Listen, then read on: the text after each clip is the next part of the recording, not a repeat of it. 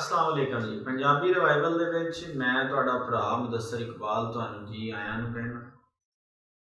Punjabi revival ਜਿਸ ਤਰ੍ਹਾਂ ਕਿ ਨਾਂ ਤੋਂ ਹੀ ਜ਼ਾਹਿਰ ਆ, ਇਸ ਚੈਨਲ ਬਣਾਉਣ ਦੇ ਮਗਰ ਮੇਰੀ ਸੋਚ, ਮੇਰਾ ਮਕਸਦ ਇਹ ਹੈ ਕਿ ਪੰਜਾਬੀ ਬੋਲਣ ਵਾਲੇ ਮੇਰੇ ਜਿਹੜੇ ਵੀਰ ਭਰਾ ਨੇ ਉਹਨਾਂ ਨੂੰ ਪੰਜਾਬੀ ਜ਼ਬਾਨ ਦੇ ਵਿੱਚ ਉਹ ਐਸੇ ਅਲੂਮ ਜਾਂ ਕਹਿ ਲਓ ਐਸੀਆਂ ਸ਼ੈਵਾਂ ਜਿਹੜੀਆਂ ਕਿ ਆਮ ਤੌਰ 'ਤੇ YouTube 'ਤੇ ਜਾਂ ਇੰਟਰਨੈਟ 'ਤੇ ਤੁਹਾਨੂੰ ਪੰਜਾਬੀ ਬੋਲੀ ਦੇ ਵਿੱਚ ਨਹੀਂ ਮਿਲਦੀਆਂ।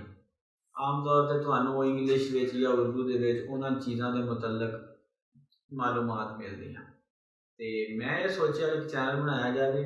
ਉਸ ਚੈਨਲ ਰਾਹੀਂ ਮੈਂ ਆਪਣੇ ਪੰਜਾਬੀ ਬੋਲਣ ਵਾਲੇ ਜਿਹੜੇ ਮੇਰੇ ਵੀਰ ਭਰਾ ਉਹਨਾਂ ਨੂੰ ਇਹ ਚੀਜ਼ਾਂ, ਜਿਨ੍ਹਾਂ ਦੇ ਵਿੱਚ ਸਭ ਤੋਂ ਪਹਿਲੀ ਗੱਲ ਇਹ ਹੈ ਕਿ ਜਿਸ ਤਰ੍ਹਾਂ ਕਿ ਸਿਆਸੀਆਤ ਦੇ ਮੁਤਲਕ ਚੀਜ਼ਾਂ ਹੁੰਦੀਆਂ, ਫਲਸਫੇ ਦੇ ਮੁਤਲਕ, ਇਸੇ ਤਰ੍ਹਾਂ ਸੋਸ਼ਾਲੋਜੀ ਜਿਹਨੂੰ ਅਸੀਂ ਸਮਾਜੀਆਤ ਕਹਿੰਦੇ ਉਹਦੇ ਮੁਤਲਕ, ਔਰ ਇਹਨਾਂ ਜਿਹੜੇ ਇਹ ਮਜ਼ਮੂਨ ਹੈਗੇ ਆ, ਇਹਨਾਂ ਦੇ ਜਿਹੜੇ ਵੱਡੇ ਸੂਝਵਾਨ ਆ, ਜਿਹੜੇ ਇਹਨਾਂ ਦੇ ਦਾਨਿਸ਼ਵਰ ਆ, ਮੁਫੱਕਰ ਆ, ਉਹਨਾਂ ਦੀਆਂ ਗੱਲਾਂ ਬਾਤਾਂ ਤੁਹਾਡੇ ਤੱਕ ਇਸ ਚੈਨਲ ਰਾਹੀਂ ਪਹੁੰਚਾਵਾਂ, ਤਾਂ ਕਿ ਮੇਰਾ ਆਮ ਜਿਹੜਾ ਪੰਜਾਬੀ ਬੋਲਣ ਵਾਲਾ ਅਤੇ ਪੰਜਾਬੀ ਸਮਝਣ ਵਾਲਾ ਵੀਰ ਭਰਾ ਆ, ਉਹ ਇਹਨਾਂ ਚੀਜ਼ਾਂ ਦੇ ਮੁਤਲਕ ਆਪਣੀ ਅੰਡਰਸਟੈਂਡਿੰਗ ਜਿਹੜੀ ਆ ਉਹ ਡਿਵੈਲਪ ਕਰ ਸਕੇ ਔਰ ਇਹਨਾਂ ਚੀਜ਼ਾਂ ਤੋਂ ਆਪਣੇ ਇਲਮ ਦੇ ਵਿੱਚ ਇਜ਼ਾਫਾ ਕਰ ਸਕੇ। ਉਹ ਆਮ ਤੌਰ 'ਤੇ ਤੁਸੀਂ ਦੇਖੋ ਕਿ ਜਿਹੜੀਆਂ ਇਹਨਾਂ ਸ਼ਾਵਾਂ ਦੇ ਮੁਤਲਕ ਚੀਜ਼ਾਂ ਬੋਲੀਆਂ ਜਾਂਦੀਆਂ, ਜਿਸ ਤਰ੍ਹਾਂ ਕਿ ਹਕੂਮਤ ਕੀ ਹੁੰਦੀ ਹੈ ਜੀ, ਰਿਆਸਤ ਕੀ ਆ, ਸਿਆਸਤ ਕੀ ਆ, ਇਕਤਦਾਰ ਕੀ ਆ, ਇਸੇ ਤਰ੍ਹਾਂ ਜੀ ਸੋਵਰੈਨਿਟੀ ਕੀ ਆ,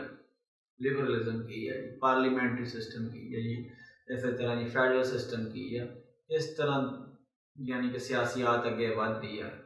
ਕੀ ਸੋਚਦੇ ਆ ਸਾਡੇ ਜਿਹੜੇ ਪੁਰਾਣੇ ਦੌਰ ਦੇ ਲੋਕ ਆ, ਕਿੱਥੋਂ ਇਹ ਕਿਸ ਤਰ੍ਹਾਂ ਬੰਦਿਆਂ ਨੇ ਸੋਚ ਲਿਆ ਕਿ ਜੀ ਇੱਕ ਹਕੂਮਤ ਹੋਣੀ ਚਾਹੀਦੀ ਆ, ਅਸੀਂ ਉਹਦੇ ਯਾਨੀ ਕਿ ਉਸ ਹਕੂਮਤ ਦੇ ਅੰਡਰ ਯਾਨੀ ਕਿ ਰਹਿੰਦੇ ਹਾਂ ਉਹਦੇ।